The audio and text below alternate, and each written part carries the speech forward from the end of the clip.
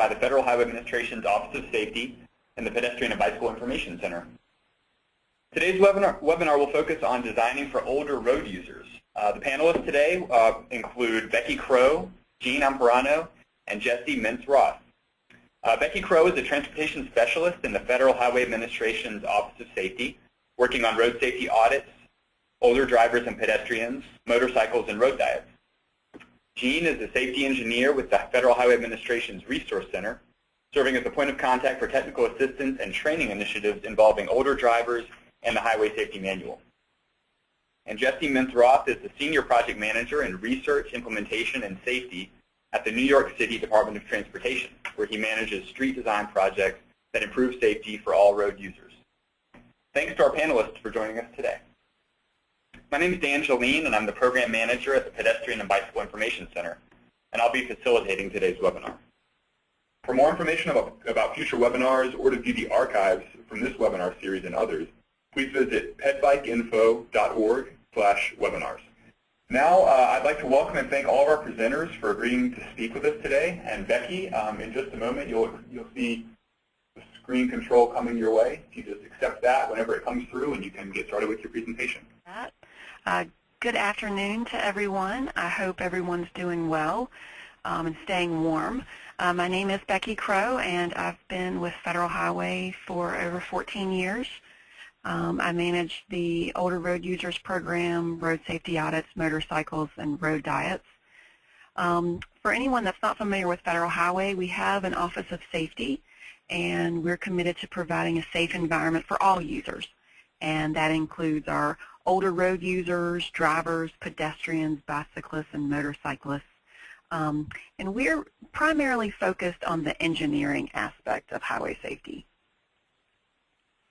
In terms of engineering guidance, I'm real excited.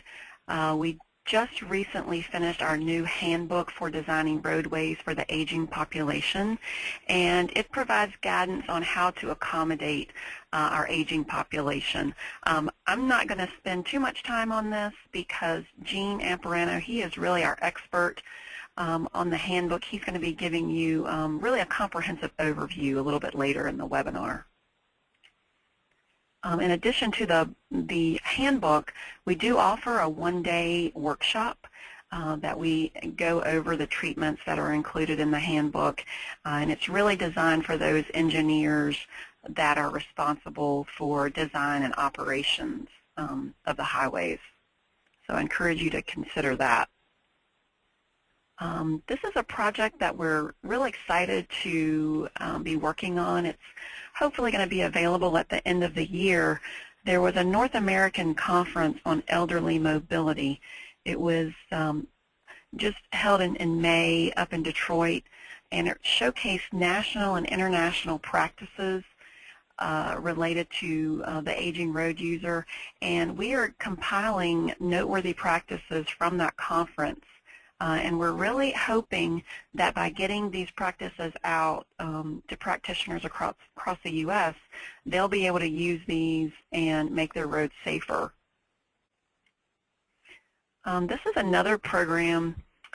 This came about as a result of MAP 21. And it really just shows how Congress is also looking at this whole idea of older drivers and pedestrians. In MAP 21, which was signed in July of 2012, and it went into effect October 1st, it added this special rule related to older drivers and pedestrians. We have guidance that's available on our website. When this first went into effect in fiscal year 14, we actually had 4 states that met the special rule.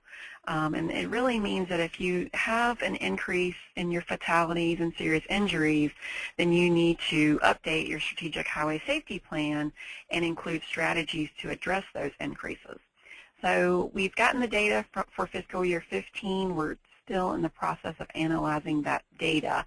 But I think this just goes to show that, you know, Congress, in addition to all of you all out there, it looks like now we've got 288 people on the webinar, everyone is starting to really focus on older drivers and pedestrians and really start really focusing on the safety of that group. Another exciting program that we have underway is we're developing an aging road user clearinghouse. And this clearinghouse is being led by the Roadway Safety Foundation, and it's primarily going to be a website, and we're going to be collecting information and organizing information so that it'll be available to everyone on information related to aging road users. So we're really excited to be having this come very shortly. They're actually putting the website together now. So right now there are a lot of different websites out there with a lot of different information, and we're just really trying to streamline when people are looking for that aging road user information. They can go really to a one-stop shop and find it. So that's what we're working on. This is my contact information and our website. I really encourage you to check it out. There's a lot of very useful information. And if you have any questions about the Office of Safety's programs, please give me a call. So Dan, I'm going to hand it back over to you. Great. Thank you very much, Becky. I'm going to turn it now over to Gene to start talking really in depth about the road user guide. If I go off this slide too quickly, don't worry. I'm going to put Becky's contact information back up on the screen just a little bit later during our discussion period. So if you didn't jot it down all the way, that'll be all right. We'll get back to it. Gene, we're going to hand things over to you now. Whenever you see the alert, if you could accept control of the screen and go ahead and launch into your presentation. Okay, thank you, Dan. Can you see my screen? I can, yes. Okay, thank you. Good morning, everyone, or afternoon, depending on where you are. My name is Gene Amparano with the Federal Highway Administration. I am with the Resource Center Design and Technical Services team, where we provide training and technical assistance to different transportation agencies when requested through the division office. It's my privilege to present on the 2014 Older Driver Handbook that just came out recently. I think it was in July or August. And what I'm going to do is I'm going to try to answer, if I can get my screen to advance. It's not cooperating for some reason.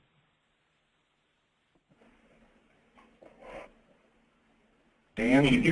If you click your slide right on top of the slide, it should, and then use your arrow keys, it should navigate. Let's see. Okay. Okay. Thank you. Oh, there you go. Okay. Like I said, I'm going to try to answer some common questions we have received regarding the handbook, and those are basically: what is it, why is it needed, what's in it, and we'll have a little brief overview of what's in it, and how and where should it be used.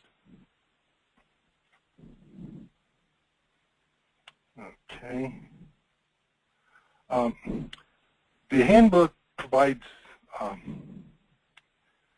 this handbook, the 2014 edition, is the third edition. Okay, we had the 1998 edition was the first edition, then we had the 2001 edition was the second edition. The previous two handbooks were available in hard copy or printed form. This latest version is not going to be available in printed form, so if you want a copy of the handbook, you're going to have to go to the website there, Safety FHWA, DOT, Gov, Older Users, and there's two versions there. There's an HTML version and a PDF version, and you can download a copy from that website and print it out if you want a copy. The handbook provides information that links aging road user performance to different aspects of highway design and operations of roadways and traffic engineering and control devices. It does include newer research that has become available since the publication of the 2001 version. The handbook is in two parts. The first part just has the recommendations, and there's a part 2 that has the justification and rationale supporting documentation for those recommendations and treatments.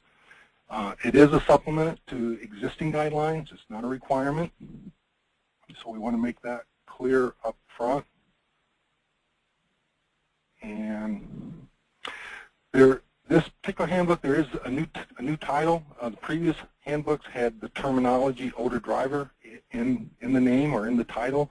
This one, we have gone to the title of using aging rather than older. Like I said, it does incorporate new research. Something that's new in this and different is that it has what we call proven practices and promising practices. Those proven practices are practices where they've been fully evaluated and have shown a direct benefit to aging road users. But the promising practices are those treatments that are being used by one or more agencies, but they haven't been fully evaluated yet, but they're believed to show a benefit for aging road user. Like I said, if you want a copy of the handbook, you'll have to go to the website here that's listed again, and you can download a version there. Something else that was done in this version of the handbook is that it omits recommendations from the previous handbooks that have been adopted as a standard in current design standards such as the MUTCD or the AASHTO Green Book.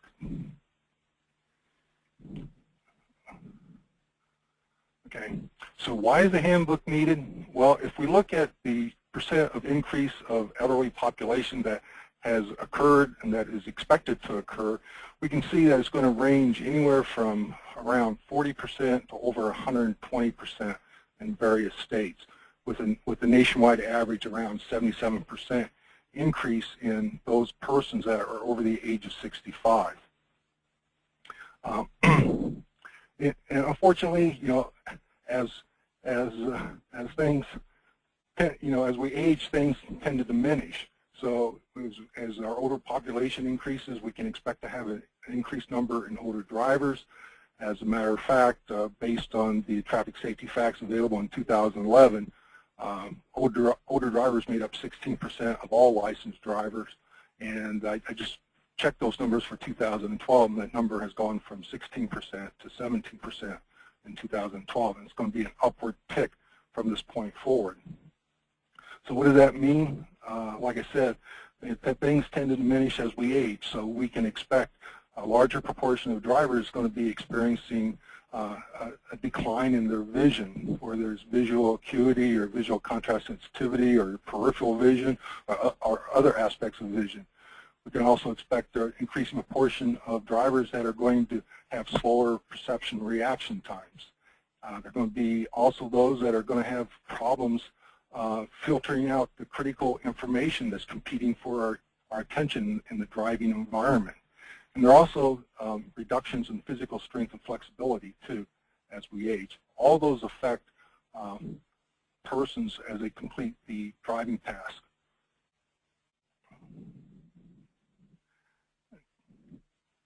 Okay.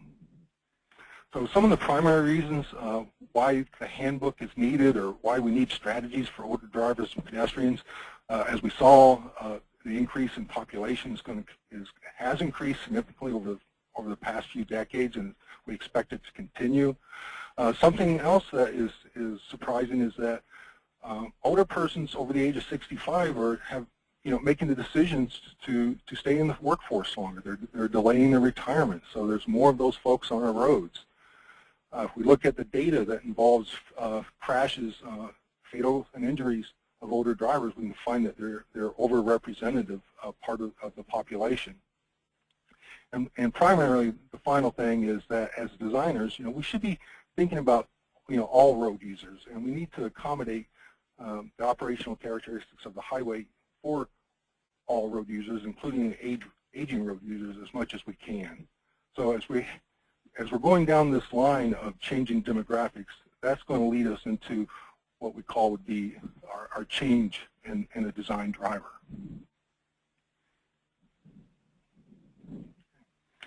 Now, what's in the handbook? Like I said previously, there's two parts of the handbook. Part one has the treatments. There's a total of 51 treatments. Out of those 51 treatments, there's 144 recommendations. We won't have time to go through all those recommendations today. I will touch on a few of them, though. The way these treatments are broken up is they're broken up into certain categories and chapters. So we have Chapter 2's intersections, and Chapter 3's interchanges, and so forth, as you can see. And there's our list of proven practices. That's the number of proven practices that we have for each of those categories, with a total of 33 proven practices. And then we have our promising practices. For example, we have 8 promising practices for intersections. And then we have the total treatments on the far right column. And we sum those up, that gives us a total of 51 treatments. The primary blunt of the treatments and the recommendations are intersections. Out of the 144 recommendations, 77 of those recommendations involve intersections. And that's basically because intersections are problematic for the aging road user, both the driver and the pedestrian.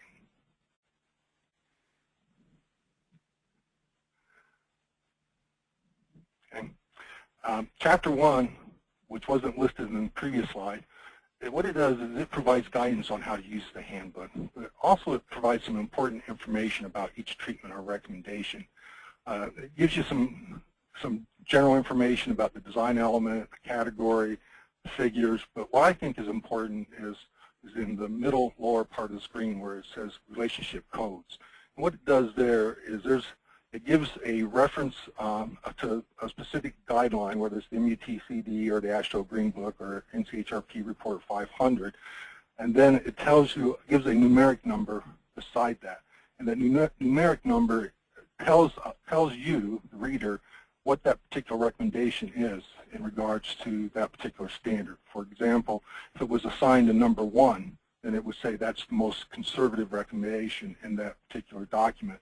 Or if it was assigned a value of number 3, then it would say that's a new application.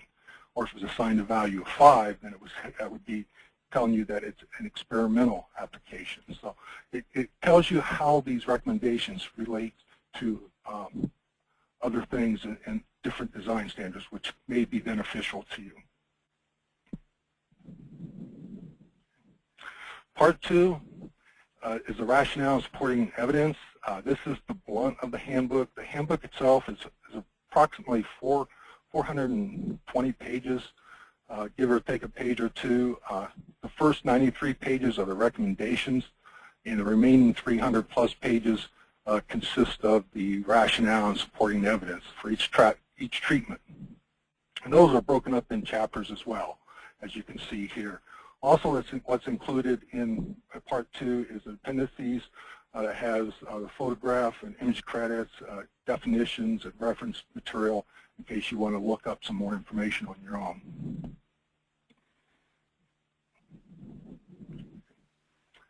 So, in Chapter 2, in intersections, all these treatments are in numerical sequence.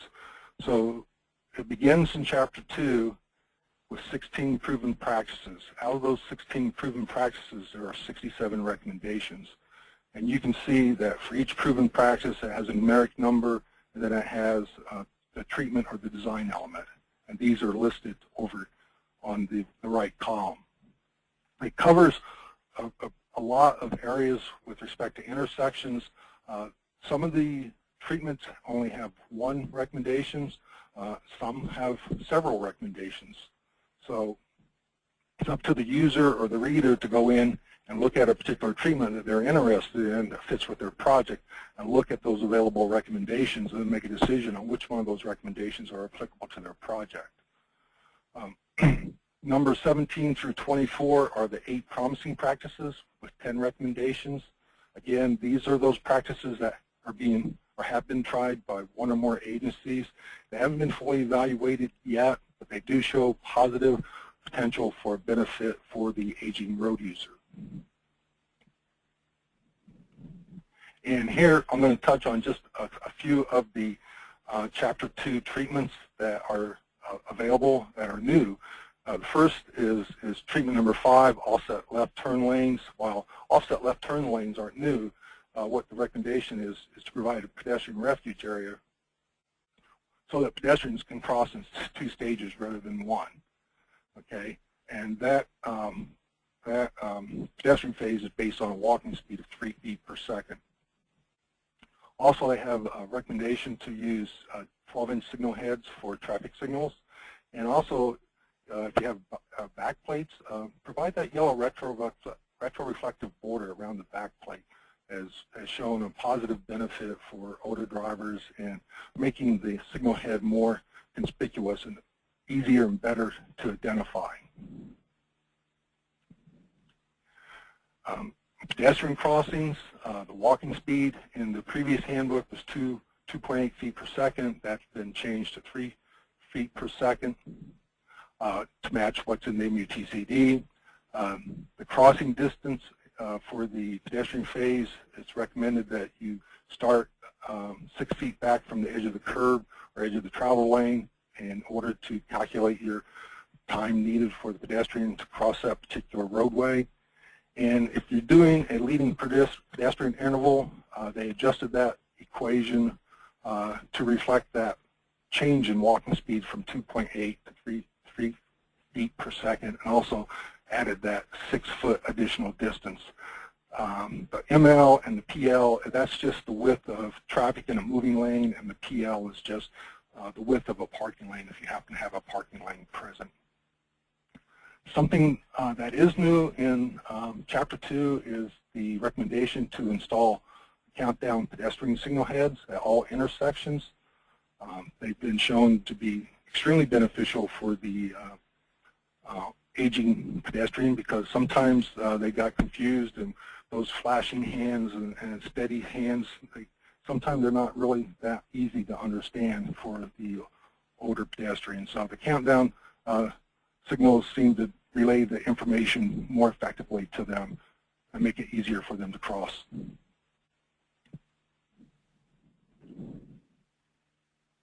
Okay. Roundabouts. Roundabouts was in the previous handbook, but what they've done in this particular section is they come up with 3 new recommendations, and all relates to signing. Provide advanced warning signs, directional arrows, and a circulation plaque in advance or at the island of the roundabout to provide positive guidance for drivers as they navigate through the roundabout.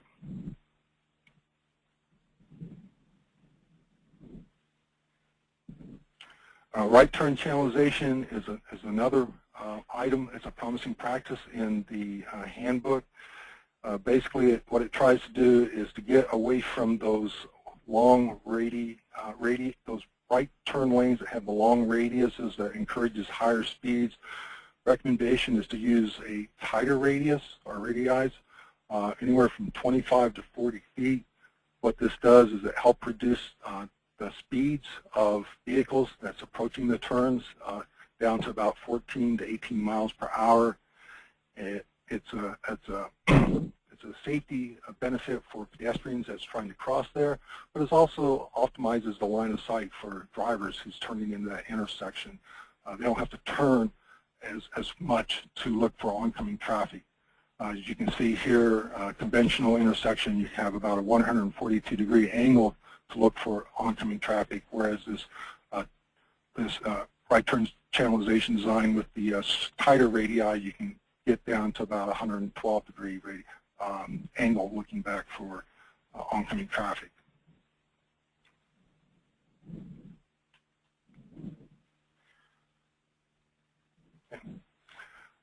Signal head visibility is very critical for the aging driver. As we age, our peripheral vision has a tendency to come in and becomes narrower. So anything that we can do to put a signal head in direct line of sight is beneficial for the aging driver. And I probably should have said this up in the beginning. Any of these recommendations or any recommendations that we implement for an aging road user, whether it's a driver or pedestrian, ultimately it's going to be a benefit for all drivers and all pedestrians, all road users. So it's just not the aging road user that's going to benefit from these recommendations, but it's going to have a spillover effect into all road users.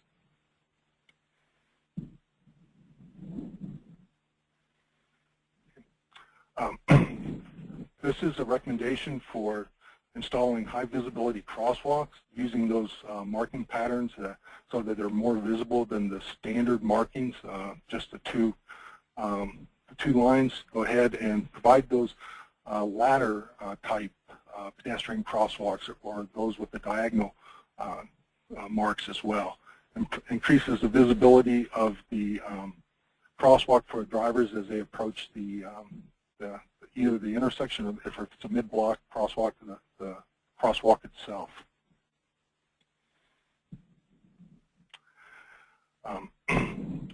This is a recommendation to reduce left turn conflict points at intersections. This is more for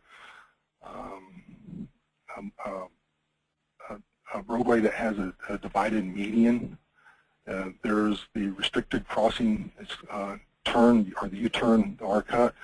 What it does is it requires the driver, rather than make a left turn at the intersection as they normally would, they have to make a right turn, go down to a U-turn area, and then come back and either make their right turn to proceed across the intersection or proceed forward on if they're trying to make a left turn. So what it does is it takes away that left turn component at the intersection, which is probably the most severe and frequent type of crash that older drivers are involved with.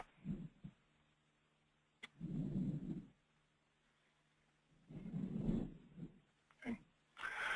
This is something that's new in the promising practices. It's a recommendation to provide either a push-button activated pedestrian crossing phase. What it does is activated by the pedestrian, and they can press and hold the button for 2 seconds, and what it will do is give them additional amount, a preset amount of crossing time. And this is covered in the MUTCD, or they can do the passive pedestrian detection, where sensors are used to detect the presence of pedestrians in the crosswalk, and sends a signal back to the control cabinet to extend the crossing time. This is the same information.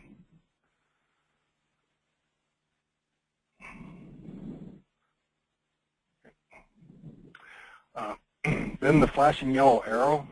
This is a recommendation that's new in the handbook. It's the recommended signal indication where you have permissive left turn movements.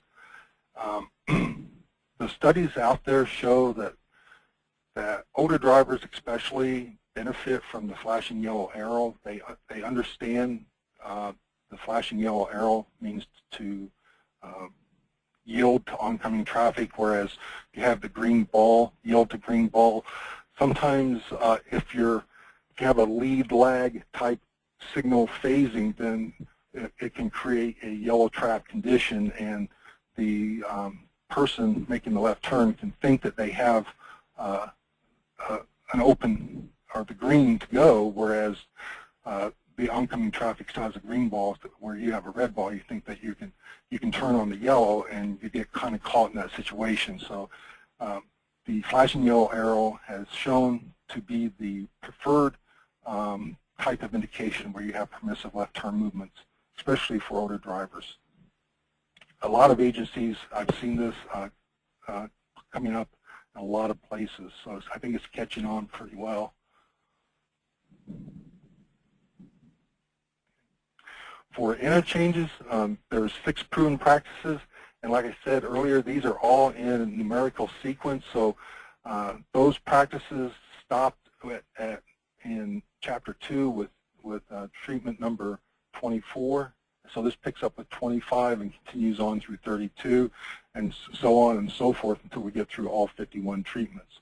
For the 6 proven practices and interchanges, there's 20 recommendations. That covers signs and markings, traffic control devices, delineation, lighting, restricted movements, and then we have our 2 promising practices that recommendations for providing route shield markings at the junctions of major freeways, and also some wrong-way driving countermeasures. And It provides some treatments that could be considered for wrong-way driving. That includes lighting in the intersection, signs, make bigger signs, brighter markings, and you can also even lower these signs, which is now allowable by the MUTCD up to a 36-inch mounting height from the edge of pavement. What it does is it makes the sign more visible to the wrong-way driver. And if you look at the reports and data for wrong-way movements involving older drivers, you'll find that they're at fault a majority of the time. So anything that we can do to grab their attention, to let them know that they're possibly going the wrong way up a ramp, so they can correct that maneuver would be beneficial. Roadway segments. For roadway segments, which is covered in Chapter 4, there are 4 proven practices with 11 recommendations. It has to deal with curves, both horizontal and vertical curves, and passing zones, and lane control devices. For the promising practices, there's 6 of them, 6 recommendations, so each of those practices has 1 recommendation. And most of that has to deal with delineation, improved lane markings, lane marking material, curve warning markings on the pavement, and then we have road diets and high friction surface treatments. And we're going to talk about a couple of these. Okay. For horizontal curves, recommendation, which is treatment number 33, the recommendation is to use raised pavement markers where lighting is not there, and you have nighttime wet pavement visibility problems. And the Highway Safety Manual does have some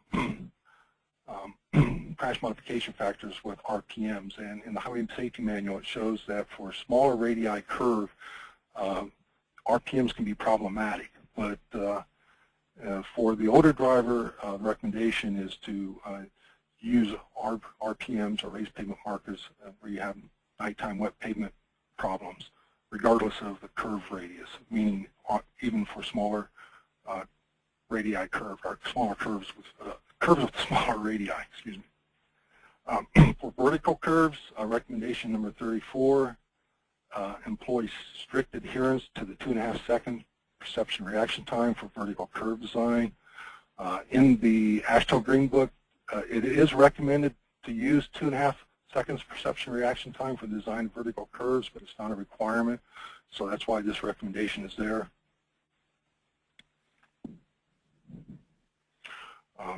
For road diets, which is treatment 41, recommendations. Research has shown that road diets, there is a benefit for the aging road user in that it reduces the number of lanes that's in that particular facility. And what it does is it provides additional space for other users, for example, bike lanes or parking lanes, or even a buffer zone for pedestrians. High friction surface treatments, especially in areas of horizontal curves, provides or enhances braking for the road user, and it helps the drivers retain control of their vehicles.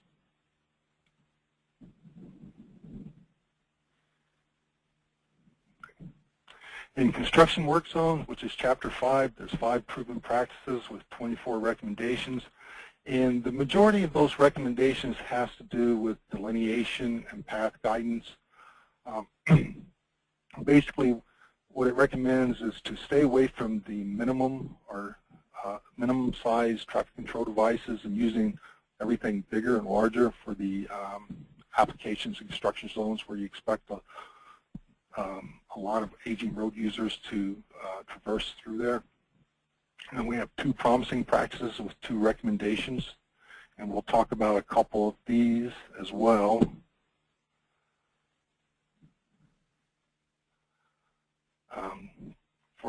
For treatment 43, for work zones in Chapter 5, the new recommendation is to use a 1 inch height per 30 feet legibility for signage. What it does is it improves the legibility distance of the signs. And then if you're using portable changeable message signs, there's a new recommendation in regards to the height of the sign. It should be located such that the height can be seen across multiple lanes of traffic. And the reason behind that is because you might be behind a truck or another vehicle, and you might not be able to see that particular changeable message sign. So it needs to be mounted so that it's visible to the road user. And it has several other recommendations related to work zones and the number of messages per changeable message signs, and so it gets into that a little bit more, and you can explore that when you get time. But these are the new recommendations in the handbook. For highway road crossings, we have the 2 proven practices with 2 recommendations, and we don't have any promising practices. So there's nothing new in railroad grade crossings. Matter of fact, one of those recommendations that were in the 2001 handbook was omitted because it had been adopted by the MUTCD, and that was to place the yield or stop sign on the pole with the crossbuck sign, and also to put a 2-inch reflective tape along the length of the pole. So those used to be in the 2001 edition of the handbook. They're not there anymore because now they're a requirement in the MUTCD. So where and how to use the handbook? Well, first I want to start off by saying that the handbook is meant as a guide. It's not a standard. It's not a required practice. It just provides guidance on things that can be done to enhance safety for the aging population, both older drivers and pedestrians. And the way you use the handbook, and this is noted in Chapter 1 of the handbook, is that there's what they call a problem identification set of questions, or project review questions, and there's 4 of them. And here are those 4 questions. First of all, this is for the project that you're reviewing these for. Is there a demonstrated crash problem with older drivers or older pedestrians in that particular area? And a lot of all these can be answered yes or no. Do you have any complaints from aging road users of potential safety concerns in that area? Is the project located on a direct link to a travel origin or destination where aging persons are the significant proportion of the user? Yes or no? And is the project located in a census area that has experienced an increase in the proportion of older population? So if you can answer yes to any of those 4 questions, then that's an indication that you might want to consider some of the recommendations in the handbook for that particular project that you're evaluating these for.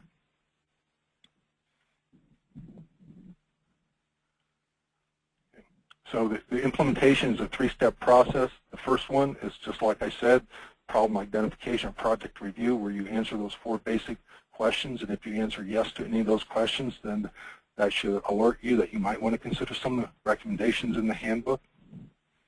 The second is identifying handbook applications that might be relevant for your project, and those are those design elements or treatments.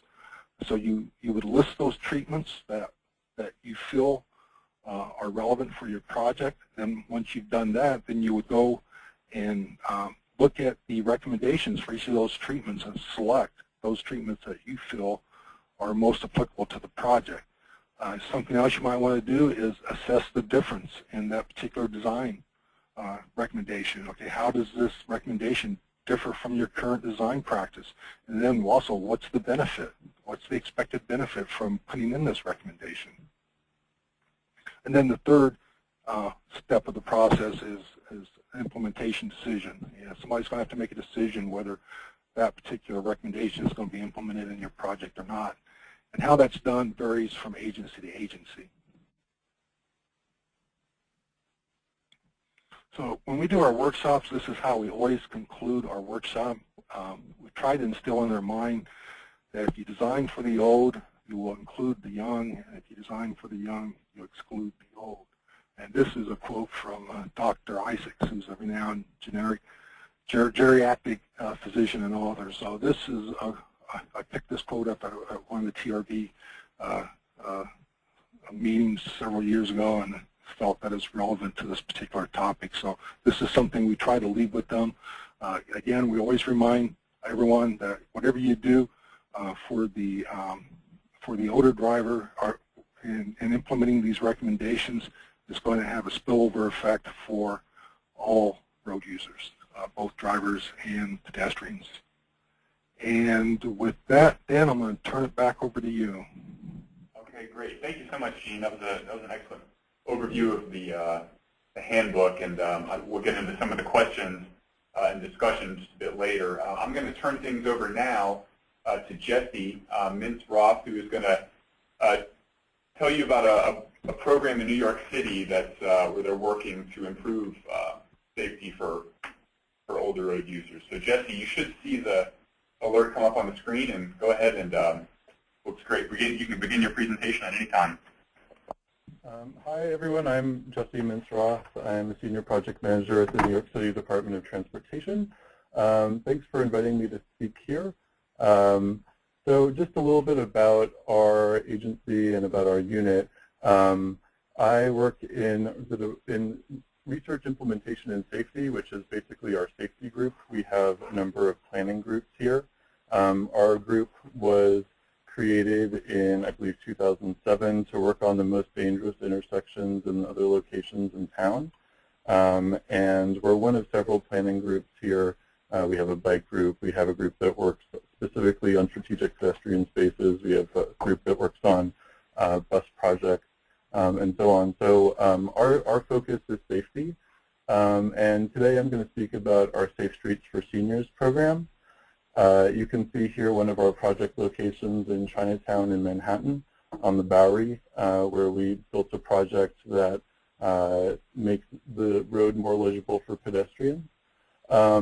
Just in terms a little bit of, to introduce New York City, if you're not familiar with New York City, we have a city population of 8.4 million and an overall MSA population of about 22 million. If you look on the right side of the slide, I've shown the area that is roughly where the last picture took place. So you can see here that we have a very expensive subway and bus system, and those run 24/7. We also have a very extensive bike network. In terms of New York City by the numbers, there are 3.1 fatalities per 100,000. So if you look at the bottom of the slide, you can see in comparison to other U.S. cities that our traffic fatality rate per capita is quite low. On the other hand, if you look at the number of pedestrians that are in our numbers, over 50% are pedestrians, and that's been the case since the early 90s. And so that's quite high among large U.S. cities. So our pedestrian exposure is quite high. As you can see from the extensive transportation network, essentially everyone at some point of their journey is a pedestrian. Most people take mass transit. It's a very walkable city. We have no right turn on red in the whole city. Car ownership is fairly low in a lot of neighborhoods. I mentioned before that our group has been around for since about 2007, but this year the new administration led by Mayor de Blasio has introduced Vision Zero, which is a multi-agency street safety initiative. The big new news from actually last week is that New York City reduced the speed limit from 30 to 25 miles per hour. And as an agency, we are planning to build 50 street safety projects per year. And this initiative takes street safety out of only our agency, and we're also working with the police department and the Taxi and Livery Commission. So when we were created, this group at New York City DOT, one of the first things we did was to look into the numbers of the traffic fatalities, who was being hit. And what we found was that seniors age 65 plus were specifically pedestrians were the most overrepresented. So 12% of the population is seniors, and 36% of New York City traffic fatalities are senior pedestrians. So that's why we created this program, Safe Streets for Seniors, in 2008. And as far as we know, we're the only major big city that has a program of this sort. If you look at our projections for senior population going forward, they're also the biggest growth area, going from around 11% or 12% of the population now to about 16% of the population in about 20 years. The way that we identify senior focus areas when we began the program in 2008 was mapping pedestrian KSI, that's our acronym for killed and severely injured for age 65 plus, basically created a heat map. And so on that heat map, we circled the clustering to create our first focus areas. And then when this program was pretty successful, we decided to expand it in 2012 and created 12 new areas. And when we did that, we decided to expand our methodology and look at other variables such as senior centers, senior housing, and see which ones correlated. And so we basically had an expanded methodology. Some issues that we see across senior pedestrian focus areas are not enough time to cross the street, broken or missing pedestrian ramps, faded and hard to see markings, poor drainage or ponding in crosswalks, and turning vehicles failing to yield to pedestrians. And so these are things that we work on sort of automatically in all areas. In terms of identifying project locations within our focus areas, we have developed a tool. Hold on one second. We have a tool which was built for us by a local university, where we can have project managers go in and select all of the intersections of their project area, and it will basically compute for us whether that project location is in the top 10 or top third of KSI for the borough. We have 5 boroughs in New York City, so each of the boroughs, Manhattan, Brooklyn, the Bronx, Queens, and Staten Island, have different thresholds for the top 10% and the top third. And so we use this tool both to evaluate potential project locations, and then after projects are built, to analyze how the project has affected the location. So basically, has there been a crash reduction, and over 1, 2, and 3 years since the build, what has that reduction been? These are our toolbox of typical safety improvements that we use in senior areas. Just to walk you through, if you're not familiar with these terms, daylighting, which is the top left corner, is to remove parking on the approach to the intersection so that turning vehicles can see pedestrians who may be hard to see. Also, many pedestrians sometimes step out into the street so that they can see beyond the parked cars. And so that is basically improving visibility at the intersection. And improving visibility in general is one of our big tools. Countdown signals to tell pedestrians how much more time they have to cross. That's been a very popular treatment for us. Signal timing, the top right picture. There's a lot of options for signal timing. We can add more time to cross. Jean mentioned using 3 feet per second. We do that in all senior areas, but we also have more complex signals where there may be more streets approaching the intersection than just 2, or we may want to provide a more custom signal phase, such as leading pedestrian intervals or split phases. So we look for opportunities to do those things. In the bottom left corner, pedestrian safety islands. These shorten the crossing distance, and for pedestrians who don't make it full way across, many seniors want a place that they can wait in the middle of the street and feel safe. Pedestrian safety islands do that. They also have been shown in our data, and I believe the FHWA's sheet of countermeasures, to be very effective treatment. In the bottom center, road diet, basically the pedestrian safety islands can be incorporated in a road diet, and a road diet is where you have a wide street that doesn't have very much traffic. So if you could imagine the street in this picture with having 2 lanes in each direction as it did before this treatment, on that street before the treatment there just was not very much traffic, and so the traffic that was on that street was speeding.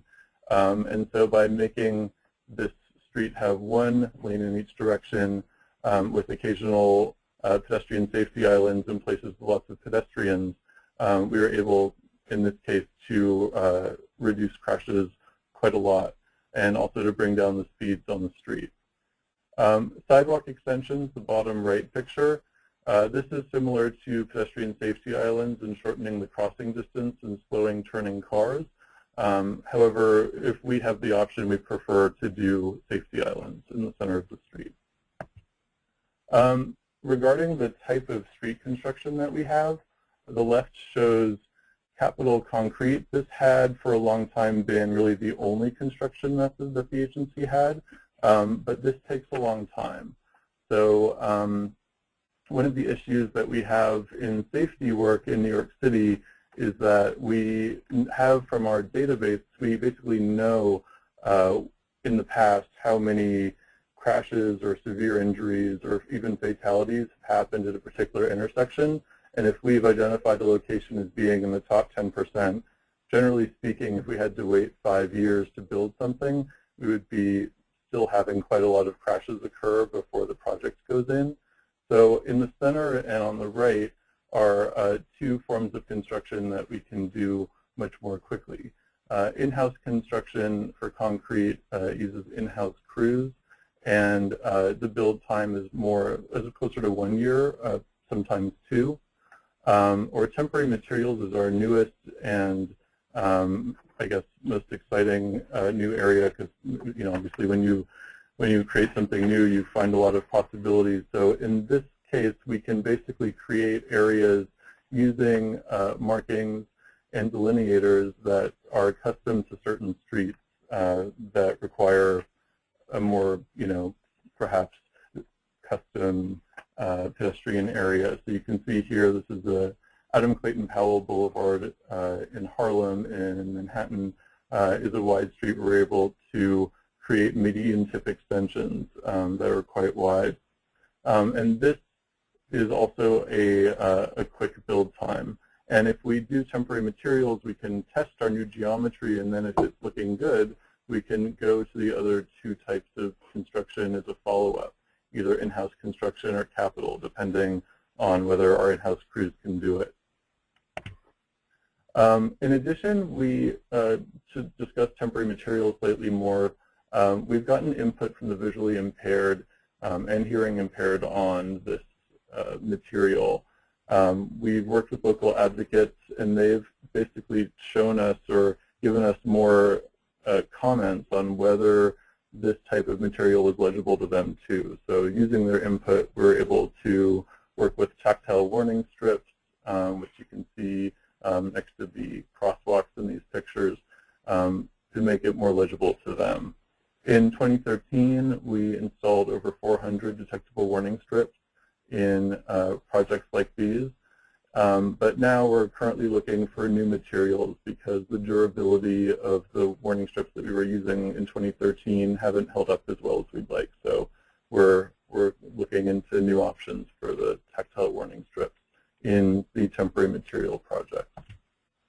One of the major things that we did regarding our funding was we made a public interest finding. So first off, about our funding. We mostly fund our senior work using competitive federal grants from the Federal Highway Administration and the Federal Transportation Administration. The grants are directed towards livability, towards air quality, CMAQ, and mobility. The big thing within mobility is frequently to improve accessibility to fixed access transportation. So in an earlier slide, I showed the density of our subways and buses. We're trying to basically look in those locations where the crashes are, and frequently we find that the crashes are near big subway and bus hubs. And so by improving those locations, we are improving the access to the fixed route transportation and making them more desirable to use. One of the issues that we had was that our competitor federal money was being directed to our capital construction process, which is the one that takes about 5 years in New York City. So we made a public interest finding, which was a formal process where we advocated that we be able to use those funds for our in-house construction.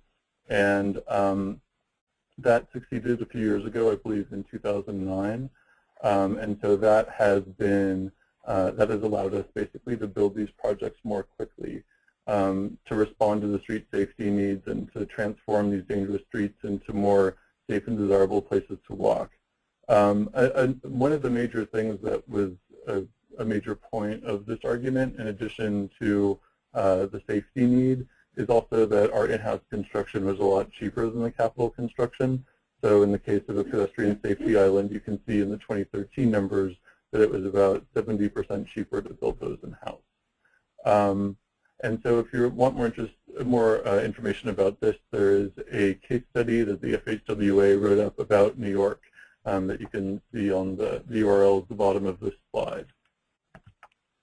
Now I'm just going to talk about some of the projects that we've built. All of the locations that I'm going to talk about are in Manhattan, but this program is in all boroughs, and so the projects I'm showing are just because frequently when I speak to a national audience, people are more familiar with Manhattan. So in this slide, this is a picture of 23rd Street and 7th Avenue in the Chelsea neighborhood of Manhattan. You can see on the bottom right of the slide, there's polygons and red shapes. Those are the outlines of our senior pedestrian focus areas, and where the yellow star is this intersection. This intersection, as you can see, is a perpendicular intersection, which is in general one of the more safe types of intersections. If you are approaching a perpendicular intersection as a driver, you do have to slow down before you can make your turn, and you have to make your turn relatively slowly. So at intersections like this, you know, it's a slight challenge to think about what you can do to make it safer yet if it's already coming up in your crash numbers. Some things about this intersection include that it's 2 truck routes. There's a subway station here. There are very high pedestrian volumes. It's near the American Foundation for the Blind, so there are a lot of visually impaired people here. And it's also near the Penn South NORC. NORC is an acronym for Naturally Occurring Retirement Community, basically to say senior housing. So you can see in this slide the before, which is the sort of normal 90-degree intersection, which is in the top right of the slide. And then in the after, we basically created a separated left turn bay here by putting a pedestrian island not quite in the center of the street, but about 1/3 to the left. So there's 2 islands, actually. There's one on the near side, and there's one on the far side. So this left turn bay separated. Pedestrians can wait between the left turn bay and the through lanes. And we've also added a modified signal timing for a protected pedestrian crossing, and we've added accessible pedestrian signals, so audible signals that the visually impaired can use. And in this location, pedestrian injuries were reduced by 68%, which is actually quite a good result. Safety improvements near housing. This is in the Chinatown area of Manhattan. This is the picture on the lower right, which was on the front of the presentation. You can see here that actually we have 2 focus areas. This is an area where we had quite a lot of clustering of crashes. And actually, when you look at this satellite view, you can see that this is a very dense location. The building that is on the bottom right of this, I'm going to discuss a little bit more. It's in the background of the picture. That's called Confucius Plaza, and it was, interestingly, I think the first affordable housing complex constructed for the Asian American population, perhaps in the country, certainly in New York. It has about 700 units in it. The neighborhood to the left is very dense, very historic, and at the top right of the yellow rectangle is the entrance to the Manhattan Bridge and Canal Street, and those two things move a large amount of traffic through Manhattan, ultimately between New Jersey and Brooklyn. So there's a lot of vehicle traffic here. There's also very high pedestrian volumes, which you could see in the last picture. So this project, actually I want to make a little comment about the map in the bottom left. We did some research here just using GIS to look at senior densities, and you can see here in the dark gray that the location of this project has our sort of highest density of residential seniors in the city, basically looking at where people age 65 plus live. And so in this dark gray shade, we have between, well, basically more than 16,000 per square mile. So it's a lot of seniors here. This project built this median down the center of the street, which better organizes the traffic.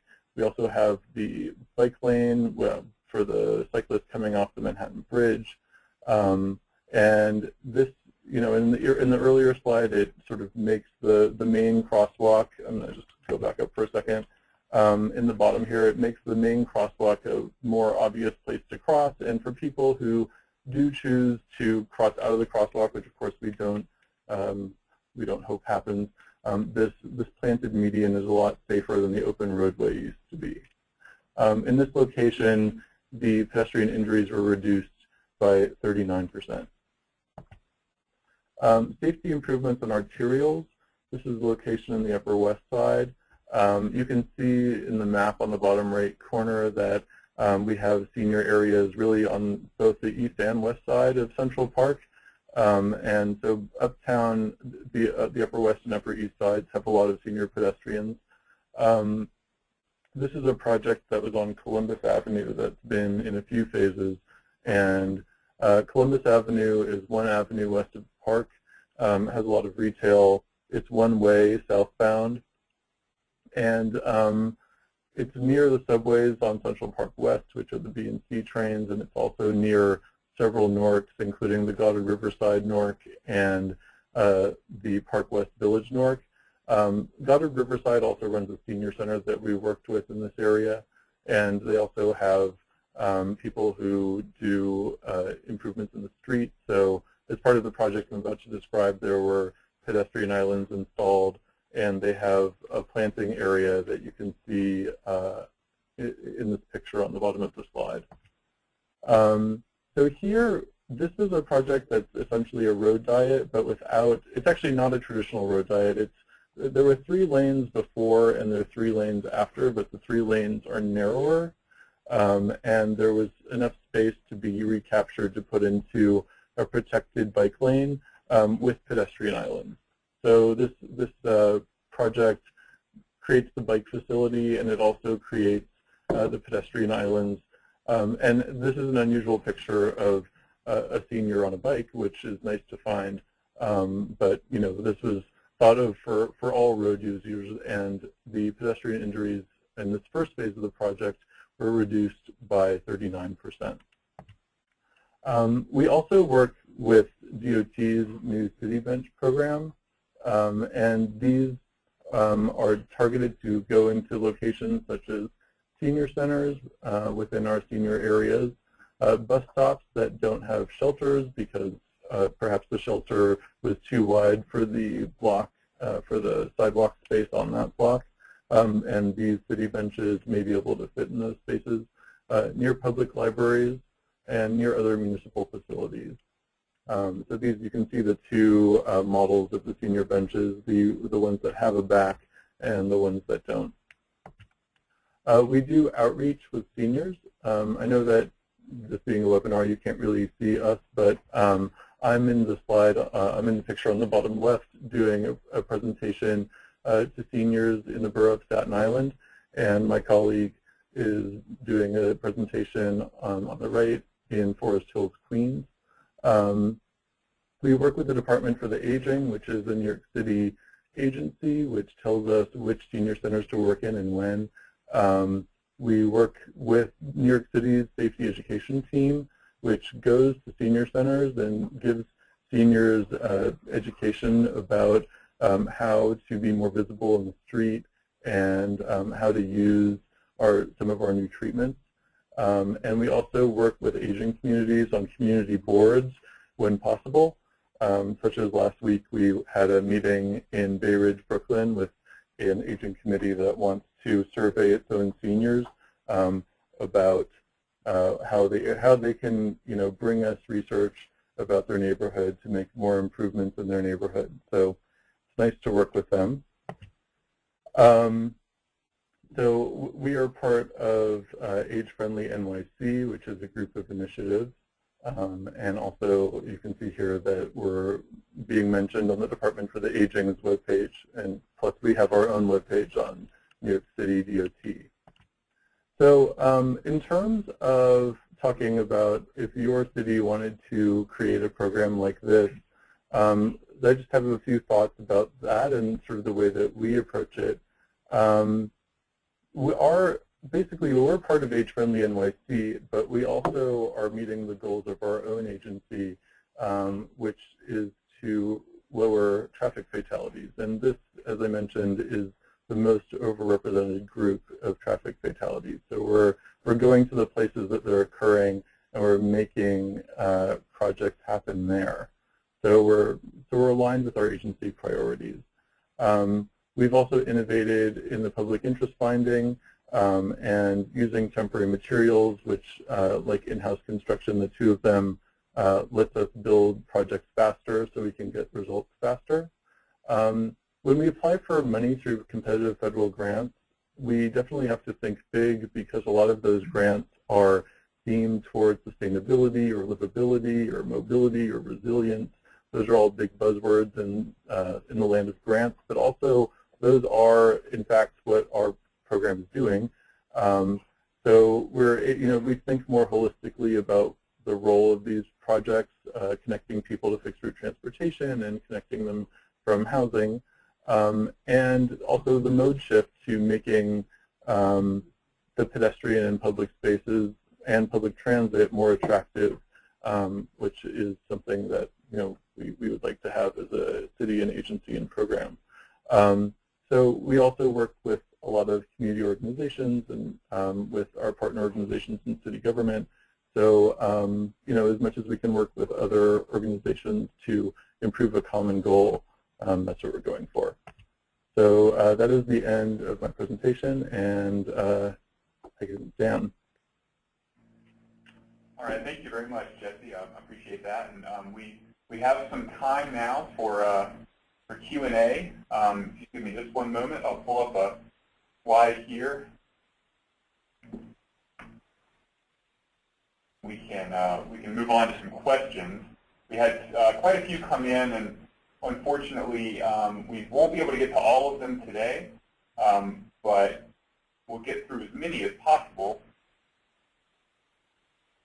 And the first question, this wasn't just one question that came in, just a general theme that we heard in a lot of the comments, and I'll ask it here. And I may start with Becky and Jean, and see if you all can help respond to this one. Throughout the presentation, I think you mentioned a lot of areas where some of these improvements for older drivers and older pedestrians can help, I think, reinforce safety and access and comfort for all road users, not just the older population, but everyone involved. But there are several parts or different treatments that might result in maybe trade-offs between the comfort of certain road users over those of the other. I'm thinking of things like for older drivers, you may use more things like high-friction surface treatment or raised pavement markings, which may be better for older drivers, but then maybe if there are bicyclists or older bicyclists or others who maybe have conflicts with those types of materials for comfort or safety, those may impact those decisions. And then certain intersections may require for larger vehicles, if there are larger turning radius, for the for larger vehicles to turn, that may negatively impact an older driver, older pedestrian. So how do you just generally speak to maybe trade-offs that may need to occur between older drivers and other road users when making these types of decisions? Okay, this is Gene. I can try to answer that. What I would do, or what I would recommend, is whatever your primary road user is the one that I would focus on. If it's pedestrians, then I would try to put in countermeasures that would benefit pedestrians. If I have a lot of high percentage of truck traffic, then you might not be able to go with the smaller radii. You might have to put something in a little bit larger, but try to keep it as tight as possible. Correct anything you do for the aging road user, whether it be a driver or pedestrian, then it's going to be a benefit for all road users.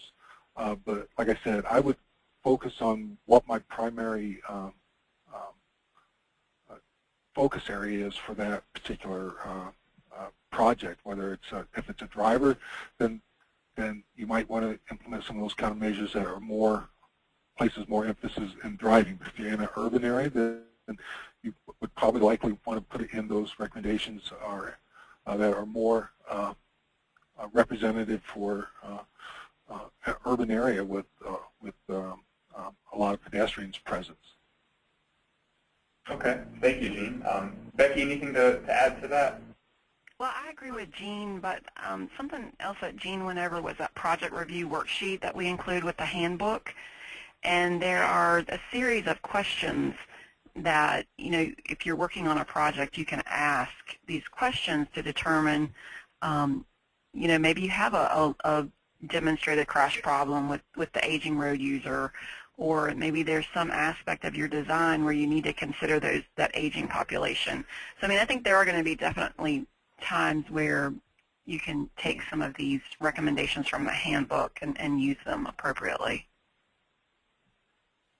Okay, thank you, Becky. I want to turn that same question to Jesse, but maybe ask in a slightly different way, because I think that in New York City, you maybe have a bit of a different balance between the different types of road users in terms of the overall percentage of drivers versus pedestrians. Maybe it's a bit more an even balance. So I wonder, when you're doing your outreach that you mentioned to older adults, do these sorts of issues come up between sort of comfort and safety for the older driver perspective versus the older pedestrian? Things like, I'm thinking about things like narrowing a roadway, which may benefit a pedestrian, decreasing the crossing distance, but it may be less comfortable for an older driver. So do these issues come up when conducting that sort of outreach to the older population? Yes. Okay. So so most of our outreach is done to local community boards. Local community boards are there's about 52 of them in the city, and they mostly, I'd say most of the people on the board tend to be drivers. It depends on the neighborhood, though, because if it's a project in a neighborhood with lots and lots of subways, then actually not. I guess we have different responses in different types of neighborhoods. So I guess it's hard for me to make a one answer, but I'll talk about them both. We have standards for how much we're willing to slow down a street, really. So if we're talking about a road diet, we generally want to have about 500 or 600 vehicles per hour in a lane. If that's the volume that a street with 2 lanes had, then we're pretty comfortable bringing that down to 1 lane in each direction. And then we collect data, and we do synchro usually for road diets to find out what the existing and proposed delay is. And generally, in the case of road diets, if we're going to bring down speeding drivers to the speed limit, then that is fine, because that's, we want people to drive closer to the speed limit. And in many cases, when we're doing road diets, they're far above it. So I hope that helps answer the question. Great, thanks, it does. The next question actually is again for you, for you, Jesse. You mentioned, I think, during your discussion of the different safety improvements that New York City DOT prefers to use median islands, I believe, as opposed to curb extensions. Can you talk a bit more about that preference and sort of where that comes from? Sure. So there's actually, if you want to do it in the most macro sense, there's a page, I think a PDF of FHWA countermeasures that's Googleable. I believe it's from 2008, but it may be updated, showing the crash reductions from doing pedestrian islands as opposed to other types of countermeasures and treatments. And safety islands, according to different years of that same page, show a reduction around 50%, which is much higher than neck downs.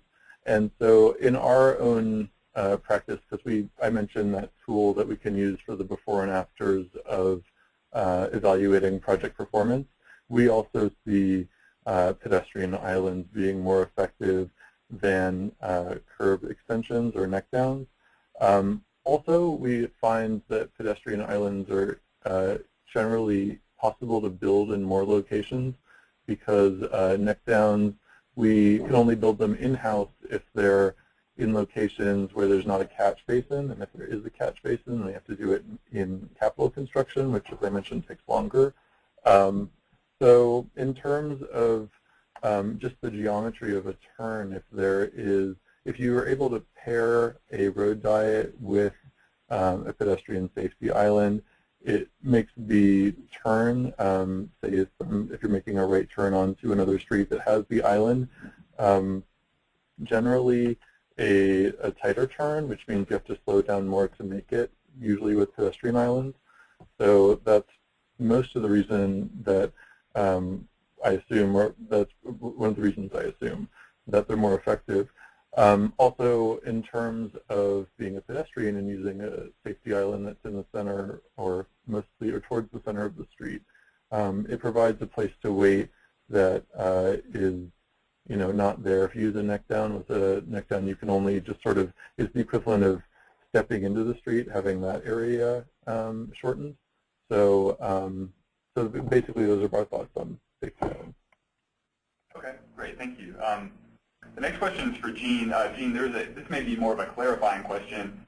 You presented some information about walking speed changing in this guide. The recommendation, I think you said the recommendation for speed was 3 feet per second, and I think the slide may have said that the speed that changed from 2.8 feet per second to 3 feet per second. Is that correct? And if so, can you describe maybe why that speed is set the way it is?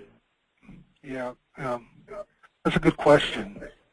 The 2.8 feet per second came from earlier studies and research for the 2001 and 1998 Handbook.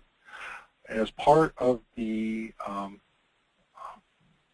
review team for the new 2014 Handbook, the MUTCD team was on the review team or panel.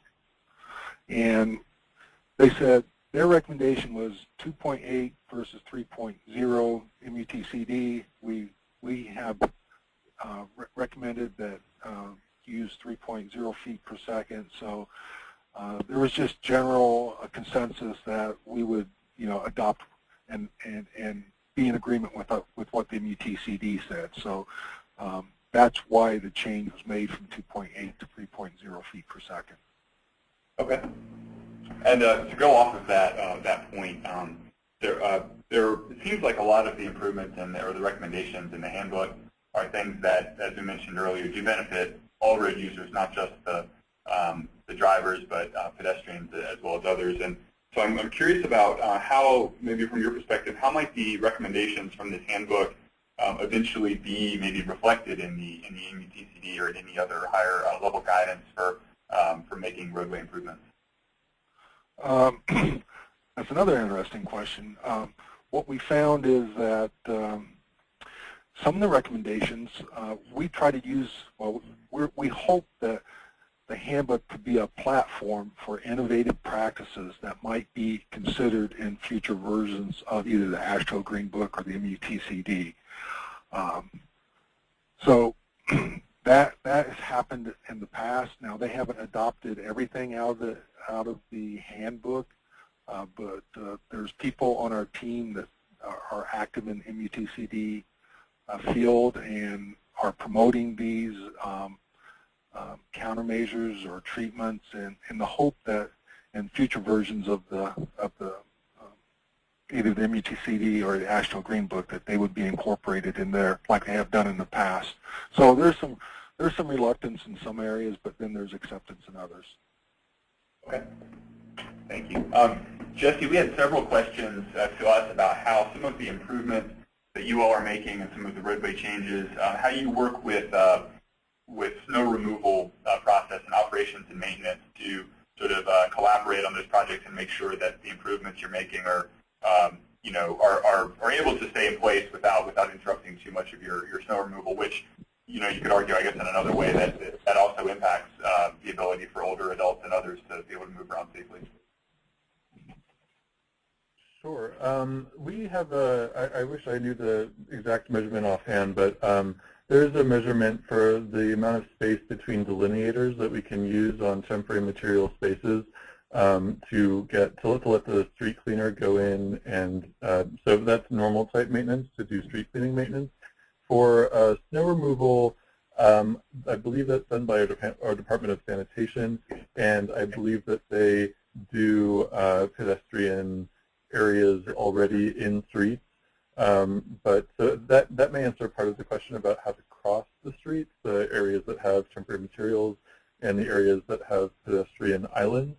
But are there more specific questions about that? Because in general, I think that those areas are cleaned by, and sort of the snow removal happens in the center of the pedestrian spaces as a default by our Department of Sanitation.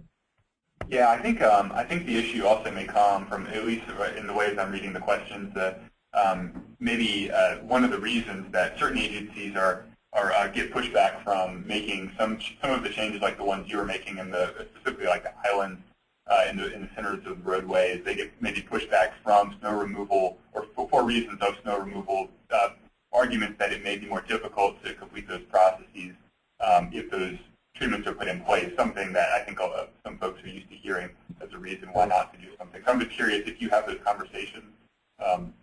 No, I don't think that's been a big issue here, or if it was an issue, then it's probably already been, it's already become a norm here. Okay. Very good. And this is the final question, and this may be for Becky. You're involved in all the older road user programs. This particular presentation in the guidebook focuses primarily on the infrastructure improvements that go on to improve conditions for older road users.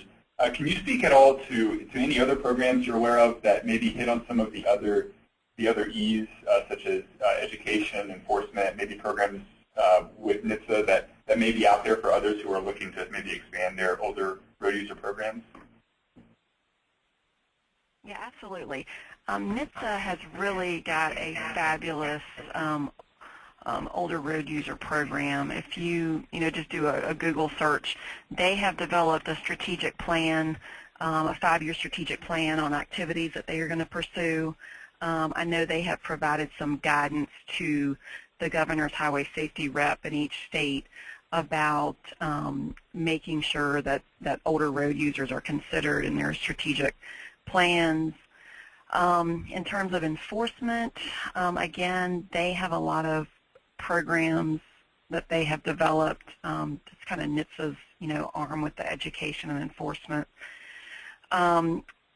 In addition to the Office of Safety, our Office of Planning also has a lot of pedestrian programs that, if implemented, would surely benefit older road users. So I would encourage people to check out their website also.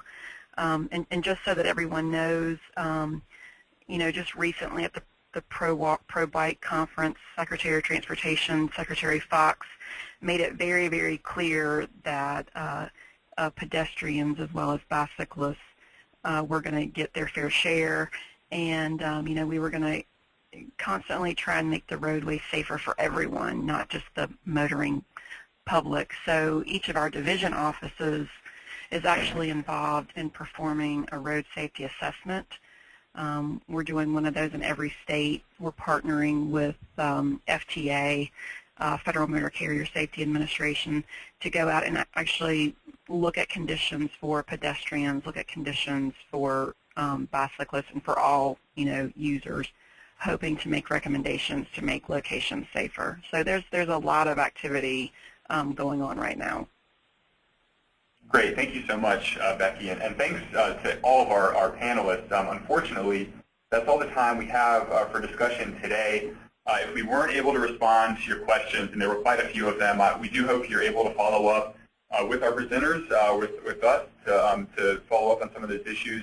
Again, we are going to be sending out an email following this presentation in the next hour or so, and that email is going to contain the link to the website where you'll be able to access all of the presentation material from today's session. So that's where you'll be able to find that information. And again, a recording of the program is going to be available in 1 to 2 weeks at that same link.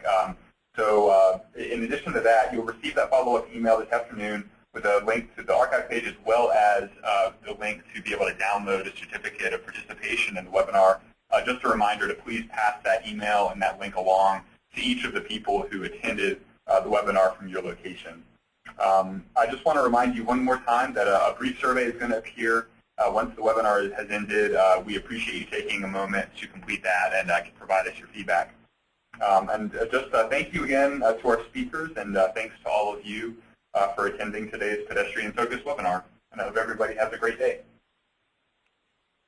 Thank you.